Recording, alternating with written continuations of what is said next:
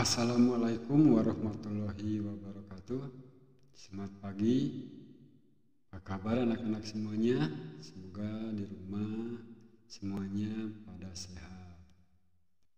Pada kesempatan kali ini, Bapak akan melanjutkan materi ilmu pengetahuan sosial dengan tema pengaruh interaksi sosial terhadap perkembangan kehidupan sosial.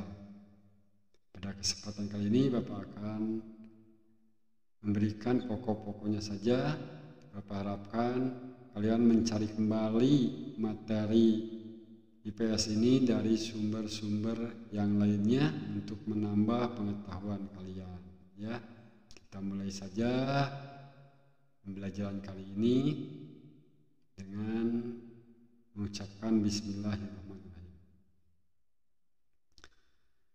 Tujuan pembelajaran kali ini di mana Bapak berharap kalian mampu menganalisis dampak positif dan negatif interaksi antar ruang.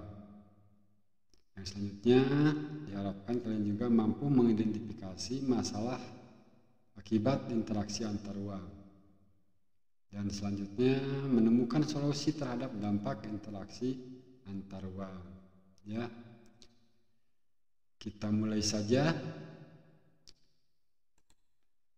Apa tujuan kerjasama antar negara ASEAN?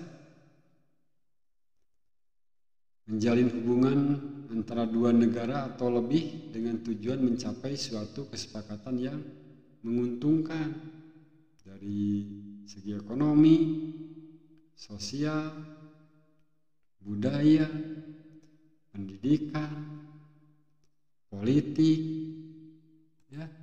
Nah, faktor pendorong dan penghambat kerjasama antar negara ASEAN, di mana faktor pendorong itu adanya persamaan dan perbedaan sumber daya alam yang dimiliki oleh tiap-tiap negara, ya. Terus juga adanya persamaan dan perbedaan wilayah, perbedaan perkembangan teknologi, persamaan dan perbedaan budaya, ya.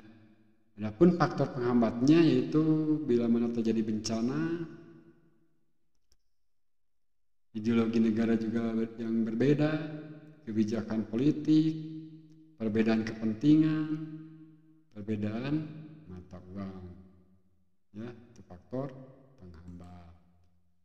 Yang bentuk kerjasama antar negara ASEAN di bidang ekonomi, Indonesia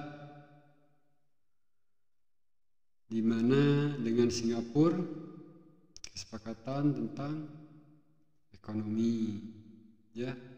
Terus bidang sosial budaya menyelenggarakan festival budaya angklung contohnya yang sudah mendunia, ya. Nah, pertukaran pelajar ya di bidang pendidikan ini, ya. Indonesia sama Malaysia bidang politik, pertahanan dan keamanan, ya. Indonesia mengirimkan bantuan di Kamboja, ya. Ini salah satu gambarnya, ya. Terus pembentukan AHA di bidang penanggulangan bencana, ya.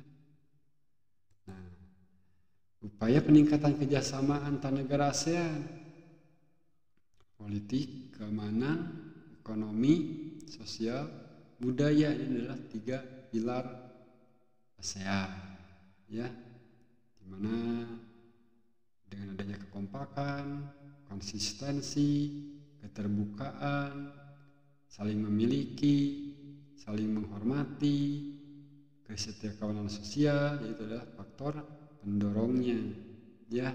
Nah, kestabilan kawasan Asia Tenggara, pemenuhan kebutuhan di kawasan Asia Tenggara itu menyebabkan peningkatan kerjasama antar negara ASEAN, ya. Nah, pengaruh interaksi keuangan terhadap kehidupan di negara-negara ASEAN, ya.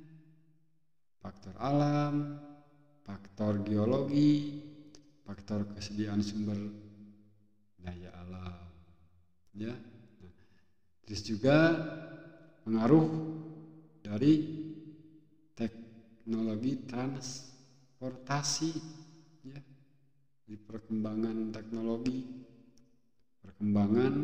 teknologi komunikasi, ya. Terus juga tentang pengaruh interaksi ruangan terhadap kehidupan ekonomi juga, ya. Selanjutnya pengaruh konvensi lahan terhadap perubahan ruangan dan interaksi antar ruang, itu di mana konvensi lahan pertanian menjadi pemukiman, lahan pertanian menjadi kawasan industri, ya.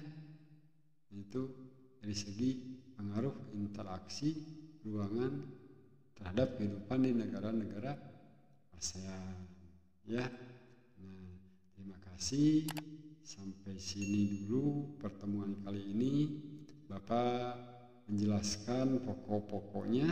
Diharapkan kalian di mana bisa, ya, mampu menganalisis dampak positif, ya, dan negatif interaksi antar ruang, ya. Nah, itu juga mengidentifikasi masalah akibat interaksi antar ruang, ya. Terus menemukan solusi terhadap dampak interaksi antar ruang, ya. Sampai ketemu di materi selanjutnya. Tetap jaga jarak, pakai masker, cuci tangan, menghindari kerumunan, ya, tetap di rumah.